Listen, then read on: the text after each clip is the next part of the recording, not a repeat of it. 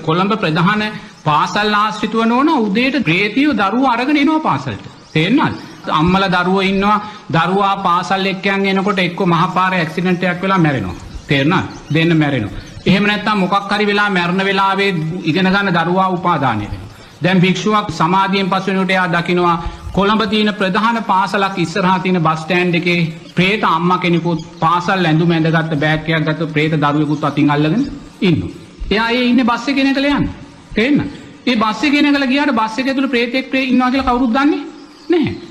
මනුස්ස ලෝකේ දරාගත් උපාදානයට අදාළව මැරිලා එයා හැම උදෑසනකම අර දරුවා අරගෙන ඉස්කෝලේට එලා පන්තියට දානවා. කවුරුත් දන්නේ නැහැ. නමුත් පන්ති කාමරේ දරුවා ඉන්නවා. පන්තිය ඇරුණාට පස්සේ ප්‍රේතිය දරුවාව එක්කගෙන එයාගේ ප්‍රේත උප්පයමට යනවා.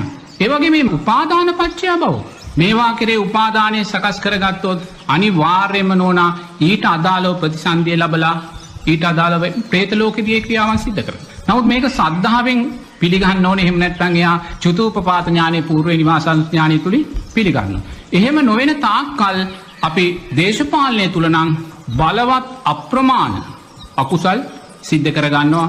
නායකයෝ නිසා මේ ජනතාවත් ඕවාට මැදි වෙලා හවස ප්‍රවෘත්ති අහන වෙලාවට දෙයි හාමුදුරනේ කොච්චර මිනිස්සු ලෝභ දේශ මොහය නැති කරගන්නවා. මොන තරම් දේශය නැති කරගන්න. ඇති කරගෙන බලවත් අනතුරු කරා යනවා.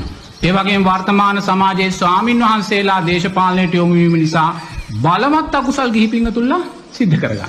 උන්වහන්සේලාත් අකුසල් සිද්ධ කරගන්නවා වගේම ගිහි පිංගතුල්ලා සිද්ධ කරනවා. ඒකයි බුදුරජාණන් වහන්සේ කියන්නේ සංඝයාට මේවට යන්න එපා කියලා. તો සංඝයාට මේවාට යන්න එපා කියන්නේ මේවාට ගියොත් සංඝයා නිසා ගිහි පිංගතුල්ලා බලවත් අකුසල් කරගන්නවා.